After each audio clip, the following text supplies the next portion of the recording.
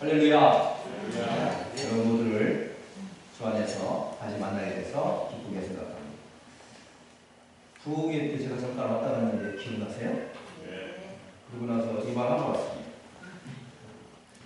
제가 이렇게 이 머리를 이렇게 작게 자르고 지하철을 타고 청바지를 입고 위에 후드티를 이렇게 입고 서 있으니까 뒷분이 저한테 학생 그러더라고요. 이 말을 잘 안 믿어요.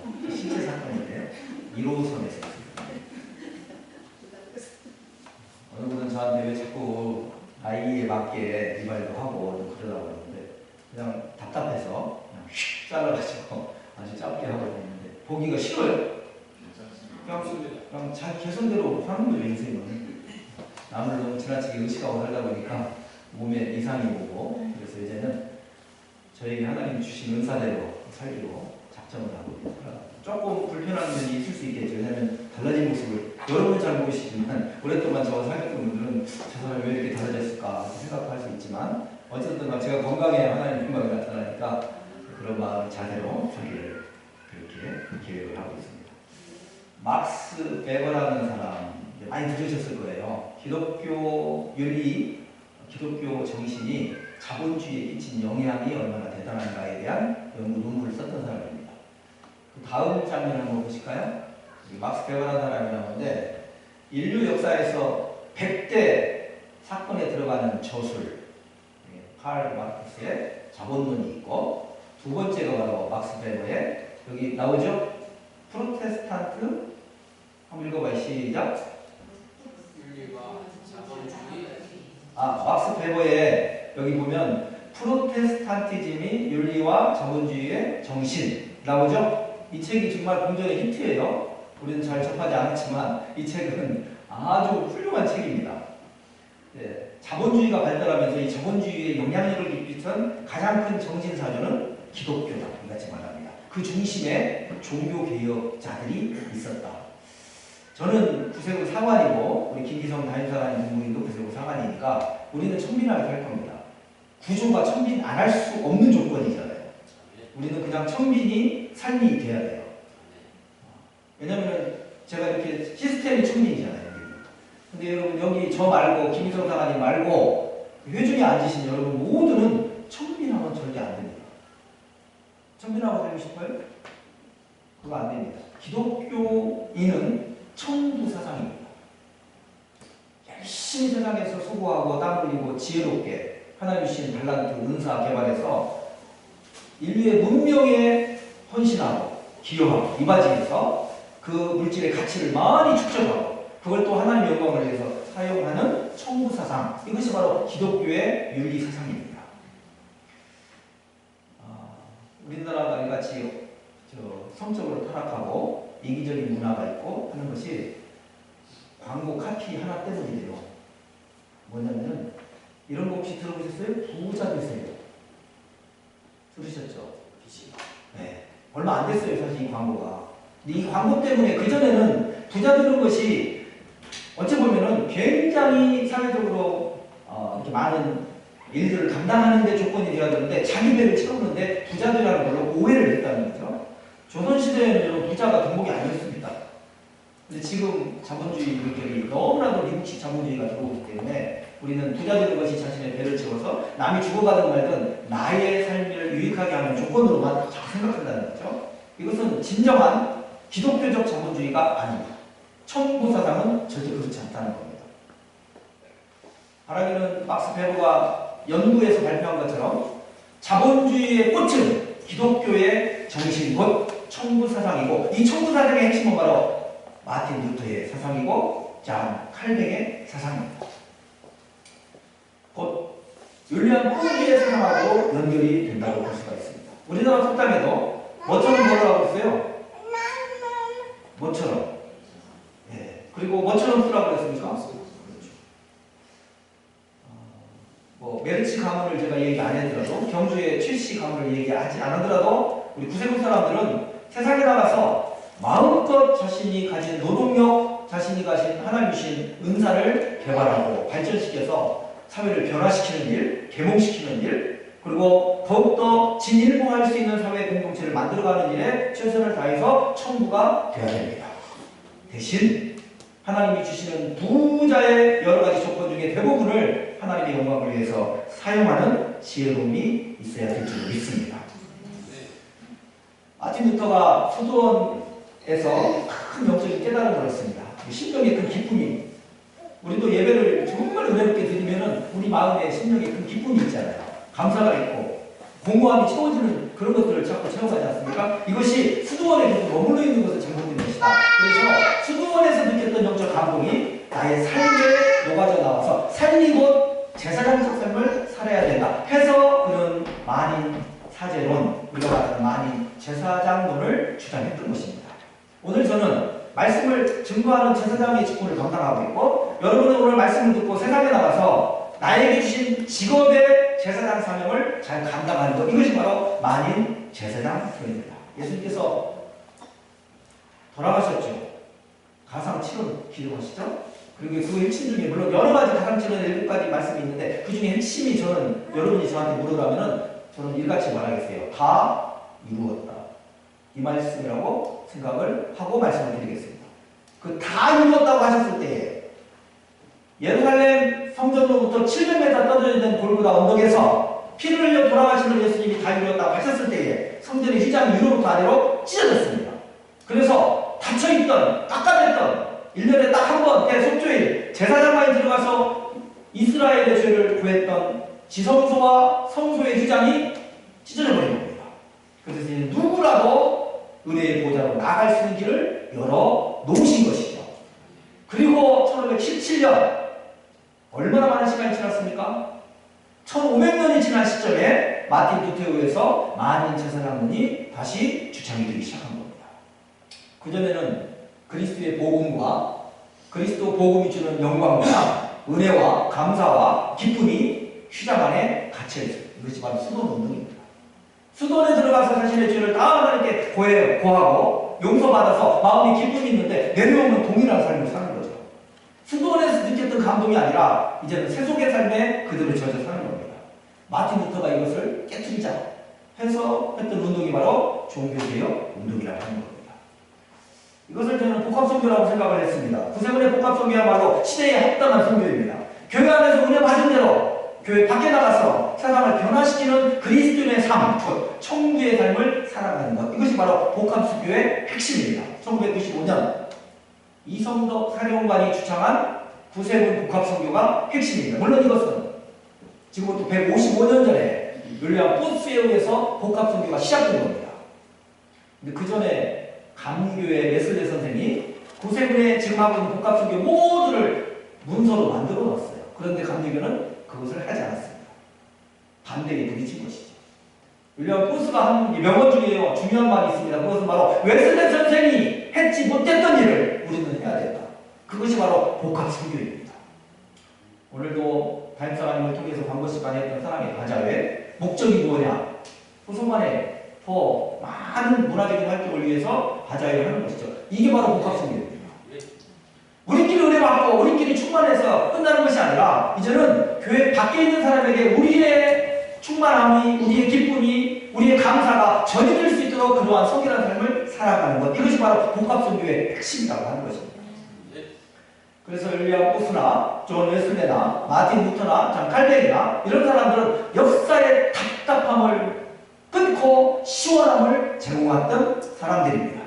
교회 공동체 1500년의 역사의 암울한 역사, 교권주의의 어둠에 갇혀있던 그리스도의 복음이 밝은 빛 가운데 날려오고 그 복음 때문에 얻었던 기쁨이 모든 사람과 공유되는, 감동을 나누는 그러한 삶으로 변화된 것이 바로 종교개혁의 불빛이었습니다. 그런 역사가 다시 한번 우리 한국 구세군을 통해서, 상진용문을 통해서, 여러분의 삶을 자연에 통해서 이루어지기를 주님의 이름으로 축복합니다. 하나님의 교회를 세우신 목적 여러 가지가 있어요. 그 다음 점이 뭐예요? 내가 궁금하네. 여기 나오네요. 이게 문제였던 것이죠. 그 마틴 루터가 말한 것이 이 중요합니다. 거룩한 교권주의의 교권 체제 안에 복음이 갇혀 있었고 수도원 속에 갇혀 버렸던 이것들을 이제 삶으로 끌어내는 것이 바로 종교개혁이라고 얘기할 수가 있는 겁니다. 다음 장면 보시죠. 세계 3대 폭포 나이아가라. 이거 참 여러분 연세 드신 분들은 무조건 좋아해야 돼. 나이아가라. 한번 해봐요. 시작. 나이아가라. 나이아가라 어디 있는지 아시죠? 우리나라는 아니에요. 이과수 폭포 아시죠? 남미에 있는 브라질 마리엔테나무 사이에 이과수 폭포가 세계 3대 폭포 중 하나입니다. 이것은 나이아가라니까 캐나다하고 이게 나이아가라 아닙니다.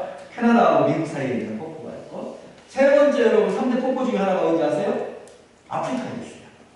잠비아에 있습니다. 잠비 지방에 있죠? 짐바브웨와 잠비아 사이. 제가 잠비아에 한 달간 살았습니다. 여기 갔다 왔어요. 여러분 세계에서 가장 긴, 물론 떨어지는 것은 100m인데 얼마 1km예요. 폭포가.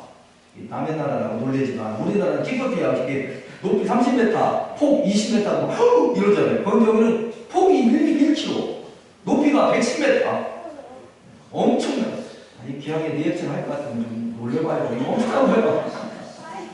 시원하죠? 이게 무슨 폭포예요? 빅토리아 폭포. 엄청납니다. 천둥소리라고 그러죠? 제가 가서 깜짝 놀랐어요. 야, 하나님이 이같이 세상을 만들었는데 나는 왜 안성이나 안양에서 살았을까? 계속 머물렀어요.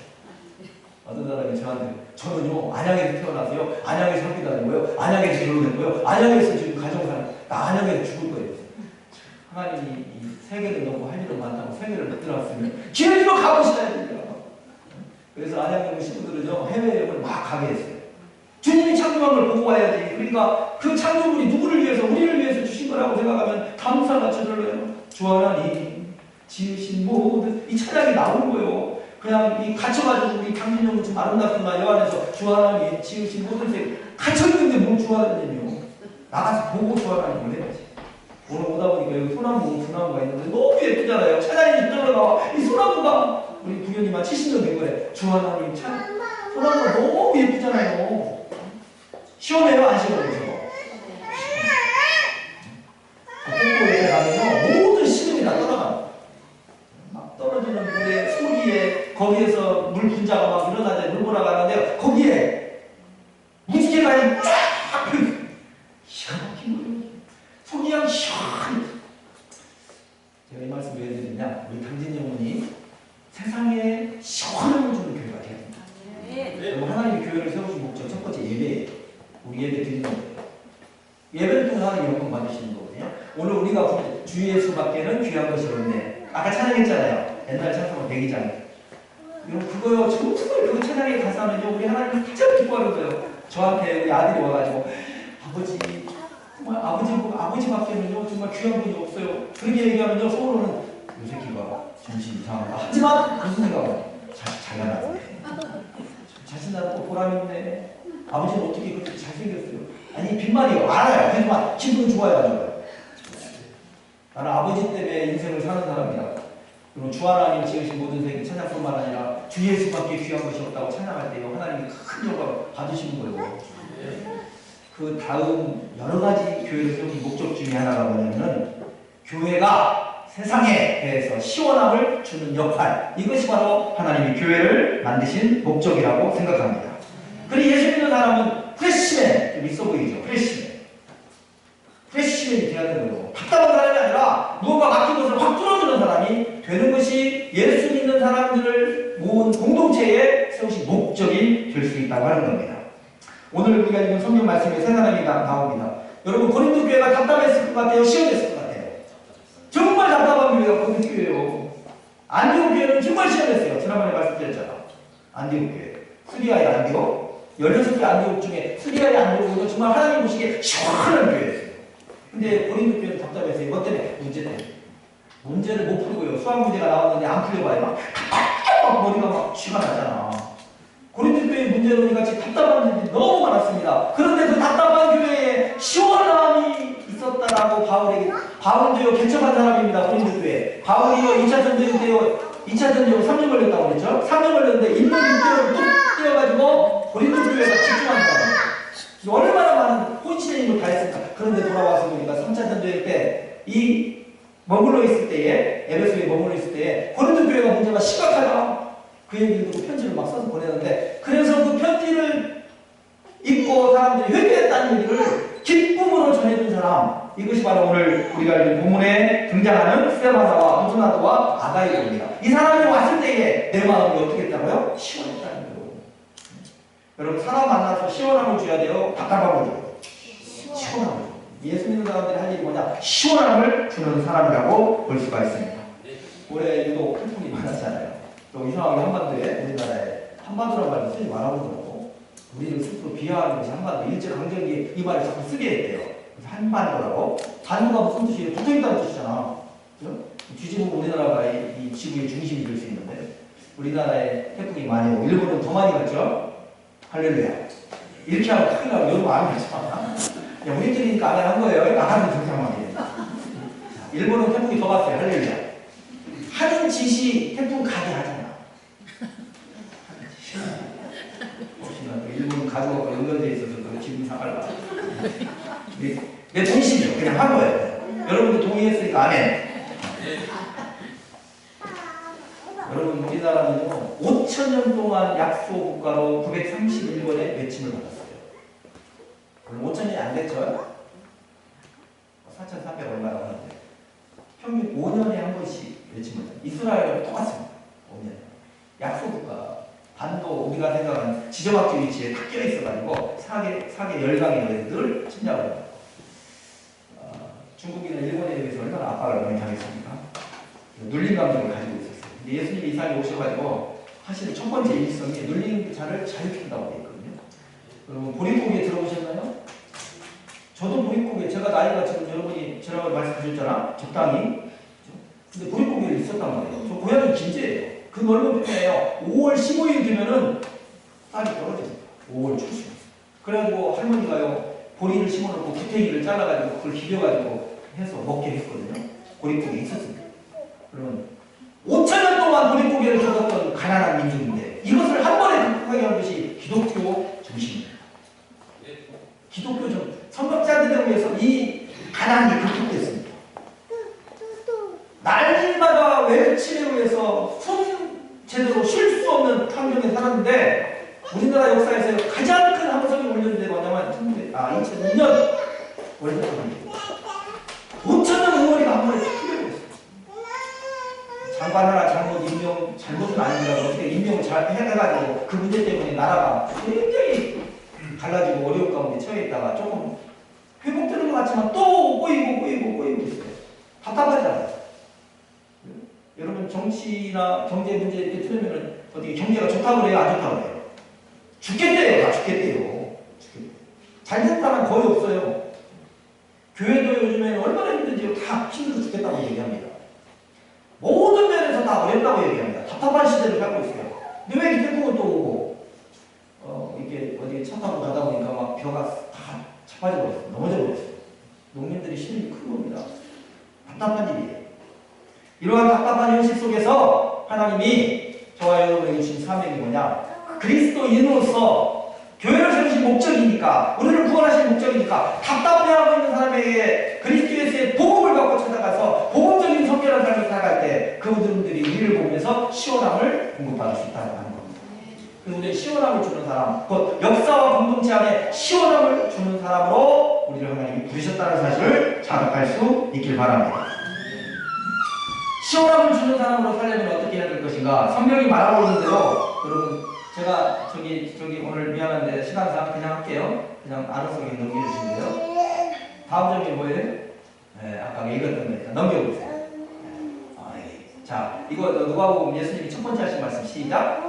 주의 성령이 내게 임하시더니 너는 가난한 자에게 복음을 전하게 하시려고 내게 기름을 부으시고 나를 보내사 포도는 자들에게 자유를 눈먼 자들에게 다시 보임을 전파하며 눌린 자를 자유롭게 하고 주의 은혜를 전파하게 하려 하시리라 하였다. 여러분 복음은 눌린 자를 자유케 하는 거예요. 눌려있는 사람이 자유케 되면요 시원하는 거잖아요.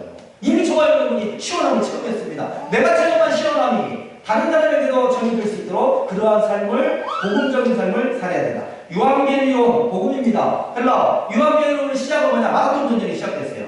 페이디피데스라는 사람이 49점 정확하진 않습니다만 뛰어와가지고 우리가 이겼네 그 말이잖아요. 이게 유앙겔리온이에요. 우리가 승리했네. 복음은 저와 여러분이 눌린 감정으로부터 승리하는 것이 복음입니다. 이게 바로 유앙겔리온입니다. 저와 여러분이 유앙겔리온을 정확하게 이해하고 있다면 우리의 삶이 변화될 수 있어요. 우리는 억압하고 있는 사탄의 세력으로부터 이미 승리한 겁니다. 저주로부터 승리한 겁니다. 질병으로부터 승리한 겁니다. 소망 없는 모든 것으로부터 다 승리한 사람들로 삶을 살아가는 사람. 그래서 내가 시원하니까 내가 만나는 사람에게 모두에게 시원함을 주는 사람. 그래서 첫 번째로 시원한 사람은 어떤 사람이냐? 아량이 넓은 사람이에요. 다 가지고. 잘 생각해보죠. 가진 사람은 넓어져요. 없으니까 컴플렉스가 생기는 거예요. 지식이 많은 사람은요, 누가 와서 까불어도요, 웃어요. 자존심이 상하지 않습니다. 알고 있는 사람은 절대로 자존심이 상하지 않습니다. 이미 다 가졌는데, 뭐가 없어요.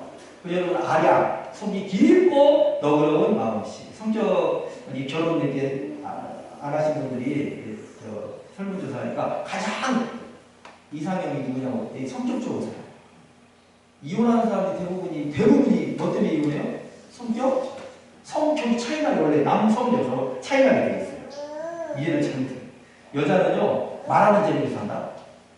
그래서 여러분 막 전화로 1시간 동안 제가 생각할 때는 별로 중요하지 않은 얘기인데 막 해. 그리고 끝날 때 뭐라고 해요? 중요한 얘기를 만나서 하자고 했잖아요. 그러니까 말하는 재미로 사는 거예요. 여자들이 얘기할 때는 무조건 말하게 돼요. 여자들은 말만 해도 인생이 행복해요. 네? 여러분 점심 때 보십시오. 남자들은 정말 땀 흘려서 일하고 수고하고 그래서 백반 먹고 가. 여자들은요. 탕 먹으면서 하는 거예요. 여자는 말하는 재미로 산다. 남자는 무슨 재미로 살아요? 이걸 모르니까 우리가 부부싸움 성격 차이가 나는 거예요. 여자는 말하는 재미, 남자는 칭찬 듣는 재미로 살아요. 여러분 남편을 칭찬 한마디만 해보셔봐. 우리 여사가 이쪽으로 그냥 정말 이렇게 생각 없이 칭찬하는 게 뭐냐면 나보고 어떻게 보면 장동건 비슷하네. 말도 안 하는 거죠 이게. 근데 지금도 제가 기억하고 있어요. 이제 20년 전 얘기요. 남자는 칭찬 듣는 재미를 산다니까. 그 말 한마디가요. 저 초등학교 4학년 때 윤영인 선생님 이름도 안 잊어버려요. 그 선생님이 저거요. 야 그래도 너는 말을 참 잘한다. 너 앞으로 말하는 걸로 먹고 살아라. 그저 말하는 걸로 먹고 살자. 남자들이 칭찬에 약합니다. 칭찬에 약할 뿐만 아니라 칭찬을 먹고 산다니까요. 여러분 성격이 차이 나는 거야. 여자는 과정을 중시하지만 남자는 결과를 중시해요. 여자는 여러 가지를 동시에 할 수 있어요. 양치하면서 TV 보면서 바닥을 닦일 수 있어요. 바닥을 이렇게 양치하면 TV 다 이해해요. 남자는 축구 볼 때 여자가 이렇게 해봐요. 하나도 안 해봐요. 딱 하나만 할 수 있어요. 얼마나 남자가 강해요.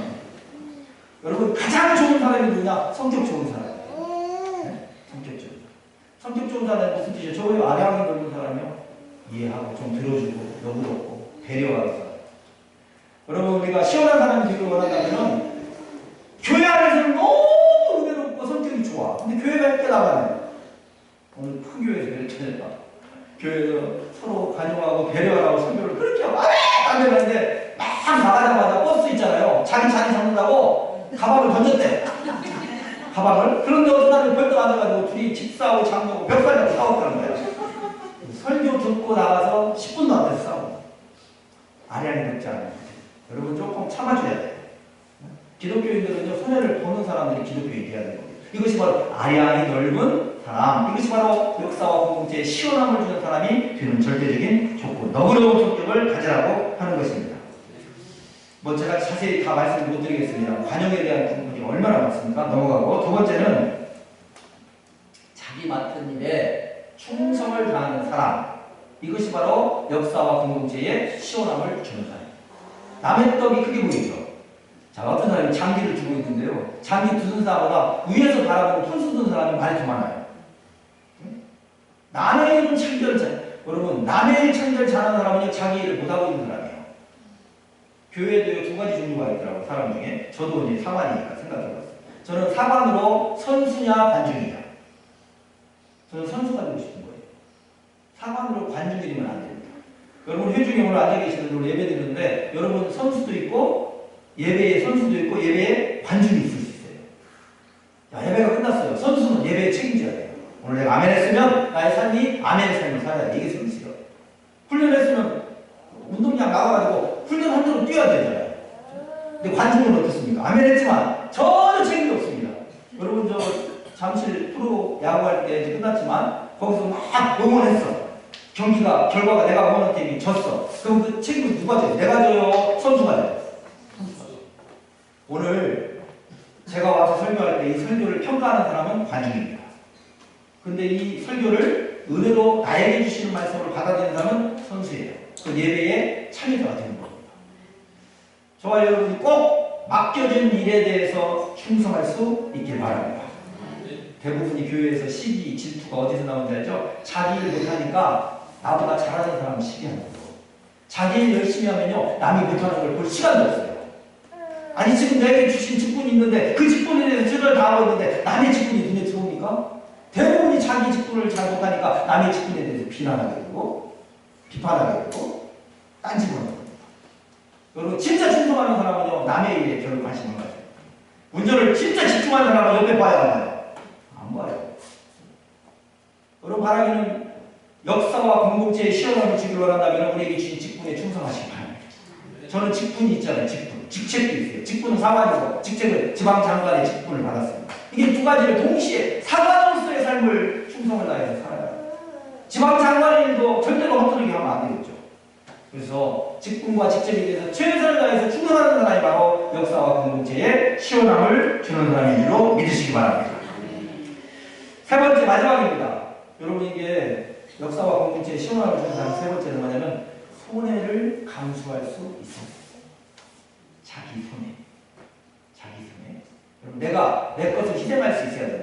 내 것은 아까워. 남의 것은 제가 이제 그 시설 요양원을 원장으로 한 13년을 섬겼잖아요. 직원들이 많아요. 한 200여 명은 이렇게.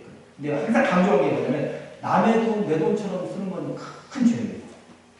자기 걸 아껴요. 자기 걸 죽으라고 아껴요. 자기 집 가면 절대 안 됩니다. 그런데 남의 돈은요, 내 돈처럼 막 써요. 그게 뭔 사람인지 알죠? 사기꾼이에요.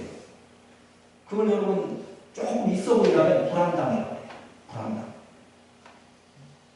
자기는 손해 안 보려고 그러고 남의 것을 쉽게 생각하는 사람이죠. 이게 우리 안에 들어오면 큰일 나요. 기독교인들은 자기 손해를 감수해요. 이 세상에 태어나가지고 이 세상에 존재하는 사람 중에 가장 큰 손해를 본 사람이 누구예요? 하나님이십니다. 여러분 독생자라는 말을 그러니까 자꾸 하나밖에 없는 아들까지만 생각하고 절대 줄 수 없는 상황인데도 내어준 사람이 하나님 아버지. 그분이 바로 예수 그리스도. 십자가에 죽으십니다. 자기 손해를 최고로 많이 감당하신 분이 바로 우리 아버지 하나님이십니다. 그럼 우리는 그의 자녀로서 자기 손해를 좀 감수하고 자기 손해. 남에게 시원함을 주고 공동체에 유익을 주고 시원함을 주기 원한다면 자기 손해를 감수해요. 예수님께서 이런 말씀을 요한복음 12장 24절에 내가 진실로 너희에게 이르노니 하나의 밀이 땅에 떨어져 죽지 아니하면 하나를 그대로 있고 죽으면 많은 열매를 맺느니라. 여러분 이게 자기 손해가 절정만 아니에요. 내가 죽어야 내 것을 내려놔야 많은 열매를 맺는다. 자기 손해를 감수할 수 있어야 된다. 인도의 성자 깐디는요 예수 안 믿었습니다. 근데 예수님 믿는 사람 목회자보다 훨씬 더 예수 믿는 사람으로 살았습니다. 그가 말한 문명이 몰라보게 된 일곱 가지 특징을 들면서 이같이 말했어요. 첫째는 원칙 없는 정치, 도덕 없는 경제, 노동 없는 부의 축적, 인격 없는 교육, 인간성 없는 과학, 양심 없는 쾌락, 마지막 희생 없는 종교. 근데 이 일곱 가지 중에 가장 극악무도한 것이 뭐냐? 희생 없는 종교. 희생 없는 종교. 역사학자, 영국 역사학자 아놀드 토인비 런던 대학의 학생들을 가르치면서 이렇게 강조했습니다. 역사의 주인이 되어라. 역사를 창조하는 사람이 되어라. 그 제자들이 어떻게 하면 역사의 창조자가 되고 주인이 될 수 있습니까? 그때 아놀드 토인비가 그 학생들에게 한 말입니다. 인류 역사를 연구해보면 시대마다 역사를 빛낸 인물들이 있었다. 그 사람들의 삶에서 한 가지 공통점이 있었는데 그것은 자기 자신을 위해 살지 않고 자기 외적인 사람들, 곧 시대를 위해서 자기를 희생하는 사람들입니다. 여러분 희생 없는 구원 있을 수 없습니다. 희생 없는 영혼의 구원이 있을 것 같죠? 아닙니다. 제가 아는 전도사님, 지금 이제 구세군의 영문학생 교관으로 섬기고 있는데 그분 사업자가 두 개가 있어요. 자기 희생이 철저하니까 그분의 열매는 전도예요. 영혼을 구원하는. 자기를 철저하게 희생합니다. 계속해서 그분에게 자기 것을 나누고 그분을 통해서 하나님이 역사하기를 원하시는 마음으로 투자를 많이 해요. 자기를 손해를 감수하는 거예요. 그러니까 하나님이 그 영혼을 구원하여 주셨다는 것을 제가 결과로 여러분에게 말씀을 드립니다. 지금 교회가 점점 능력이 사라지죠. 전도의 능력 사라지고 있습니다. 말씀의 능력도 사라지고 있습니다. 이유를 분석하면 딱 하나밖에 없답니다. 교회가 희생하지 않는다. 교회 안에는 너무 화려하게 치장을 하고 교회 밖에도 사람이 지나가면서 이런 건물이 여기 있어. 대단하다. 이렇게 느끼는 건 다 교회 건물이죠. 그렇잖아요. 아마 당진에도 정말 멋있는 건물은 다 교회 거예요. 다행히 우리 당진 형은 그렇게 밖에서 봐도 호감이 별로 안 가. 정말 그런데요. 여러분 여자분들 잘 생각해봐요. 겉이 화려하면 속이 비어요. 화장을 진하게 하는 이유가 뭐예요? 죄송합니다. 저는 누구라고 얘기 안 해요 지금. 우리 여사한테 얘기하는 거예요. 자, 화장이 진하면 여기 뭐가 있다는 거예요? 네? 그렇죠. 아니 문신이 그건 아니고 화장이 진하다는 것은 얼굴에 문제가 있다는 거죠. 아니 그러니까 본인이 17살, 18살 되는 학생들, 여학생들의 피부 자체 빛이 나잖아요. 그러지 않으니까 화장을 하는 거 아니에요? 그러니까 똑같습니다. 교회도 겉에다 지나치게 투자하는 교회 있죠. 속이 빈다는 거예요. 겉을 지나치게 투자하지 않고 안을 곧 하나님이 우리에게 원하시는 말씀의 삶을 충만하게 채우기 위해서 사실은 당진정문에서 우리가 이론이 그렇게 많지 않잖아요. 물론 일단 100이라는 말을 우리가 유로받아서 하지만 그런데 지난번에 부흥회 할 때 철저하게 말씀 중심으로 부흥회를 준비해서 했잖아요. 하나님 기뻐하시는 거예요. 화려하게 할렐루야 이런 부흥회 말고 이거 1970년대 우리 시대에 어쩔 수 없는 거였어. 종교를 변화시키고 의식을 변화시키고 분위기를 바꾸기 위해서 어쩔 수 없는 하나님이 그런 역사를 했지만 지금은 절대 그렇지 않습니다. 한 사람 한 사람이 하나님의 말씀에 붙잡힌 말이어서 말씀이 세력을 얻어 10년 가운데 흠모하는 역사를 하나님이 기뻐하시는 거지. 그래서 말씀으로 우리가 걸어다니면서 말씀으로 환경을 바꾸고 생각을 바꾸고 의식을 바꾸는 역사 그 역사를 위해서 하나님이 우리를 지금 사용하시는 거잖아요.